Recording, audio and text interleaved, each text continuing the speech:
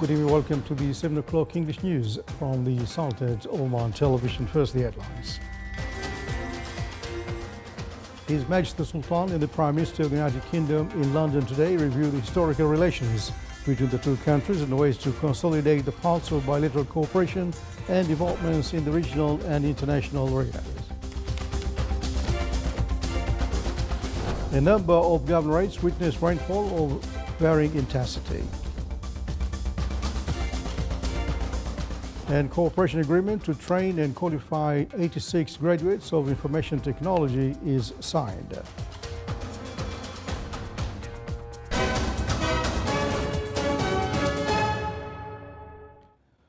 Those are the headlines. Now the news in detail. His Majesty Sultan Haitham bin Tariq met today with His Excellency Keir Starmer, Prime Minister of the United Kingdom, at the Cabinet headquarters in the capital, London.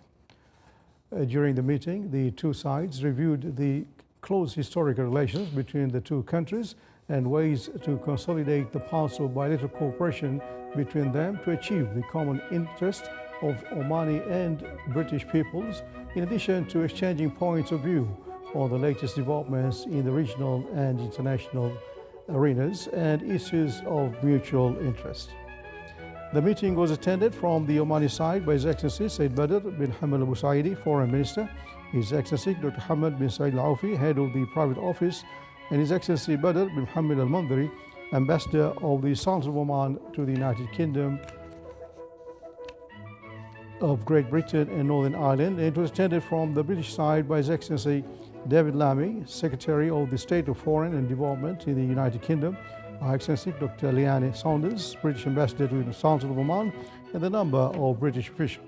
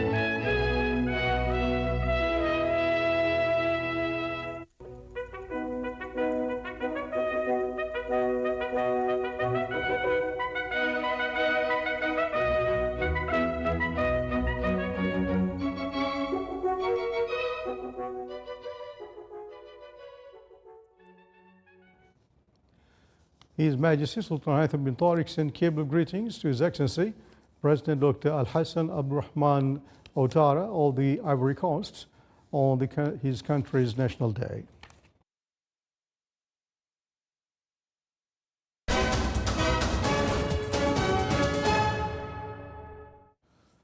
A number of wilayas in the Governorate of Muscat, north and south of both Al-Sharqiyya and Batna, Al-Lahira, Al-Dakhiliya and Al-Brahmi witnessed rainfalls of varying intensity, which led to the flow of a number of wadis and tributaries alongside the formation of waterfalls in mountainous areas.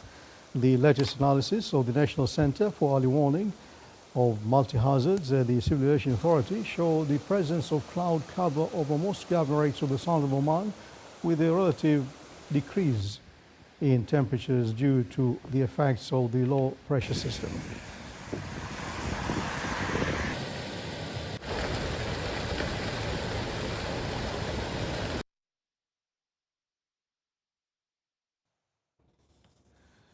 The Minister of Labour signed a cooperation agreement with Oman-Tel to train and qualify 86 graduates of information technology in a number of fields related to future technologies, and we have more on that following report. To prepare Omani youth for future challenges, the Minister of Labour and Oman-Tel, the Omani telecommunications company, have signed a cooperation agreement to train and qualify 86 graduates in various fields related to emerging technologies. This initiative is part of the National Programme for Skills Development implemented by Oman-Tel Academy. These 86 candidates will be going through a learning journey of 6 months, then working on a project for 18 months. They will be also embedded and integrated into some workplaces of our partners. These 86 as well will be going and exposed to the research and development labs in the region. The program, which spans 2 years, is designed to bridge the skills gap between educational outcomes and evolving demands of the labor market. Participants will gain international experience through collaborations with global companies, research centers, and innovation hubs. Additionally, they will be equipped to obtain specialized professional certifications. The main purpose of this to give them the skills and certificates in the advanced technologies, for example, AI and other related fields. And as MOL is continuing to support all different unique programs for the job seekers and give them the chances to be or to find the competitive opportunities to find better jobs in the market. This agreement underscores the pivotal role of Oman Tel Academy in supporting national efforts and achieving the objectives of Oman Vision 2040 and the National Digital Economy Program. The Academy is dedicated to enhancing the capabilities of its participants with a focus on technical skills such as artificial intelligence, cybersecurity, and the Internet of Things and data science. Abdullah bin Ahmed Al-Rubai, Sultanate of Oman Television. The Authority for Public Services Regulation today launched the first leg of the national campaign codenamed Our Sustainable Energy in Dhofar Governorate. The two-day campaign seeks to raise public awareness in the field of clean energy. It focuses on rationalizing consumption and achieving optimal energy use. Through this campaign, the authority will organize workshops and direct meetings across the centers in different governorates of the Sultanate until the end of December 2024. The program will see the participation of representatives of government departments concerned, private sector companies, volunteers, and civil society teams. The event was held under the auspices of His Highness Sayyid Marwan bin Turki Al Said, Governor of Dhofar.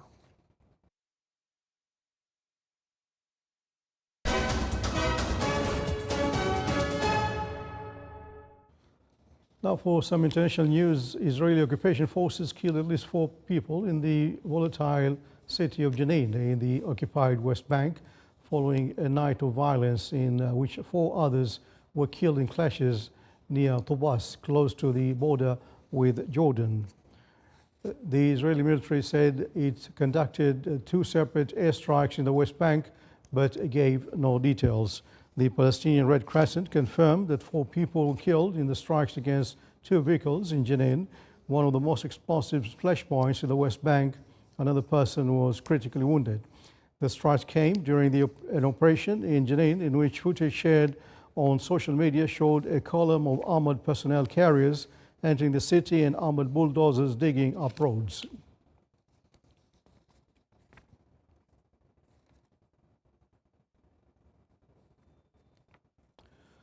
The United Nations Food and Agriculture Organization, FAO, released a report yesterday warning that Sudan is experiencing an unprecedented food security crisis. According to the report, currently 25.6 million people in Sudan are in extreme hunger, with 755,000 of them in the most severe stage of food security. FAO reports points out that Sudan is highly dependent on agriculture, with nearly 65% of population engaged in agricultural production. The conflict has severely disrupted agriculture, leading to a series of concerning consequences over food security and nutrition. In some regions of Sudan, higher than average rainfall and temperatures are expected between August and September. Potential flooding could increase the risk of crop and livestock losses, coupled with limited humanitarian access, leading to worsened food supply conditions.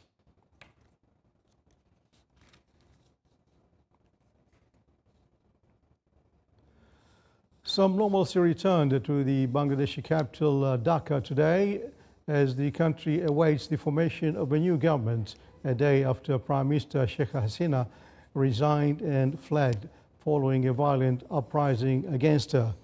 Traffic was lighter than usual in Dhaka, and some schools reopened with low attendance after closing down in mid-July as the anti-quota protests spiraled. About 300 people were killed and thousands injured in violence that ripped through the country. Student leaders who spearheaded a movement against job quotas said earlier today that they want a new interim government with Nobel Peace Laureate Muhammad Yunus as its chief advisor.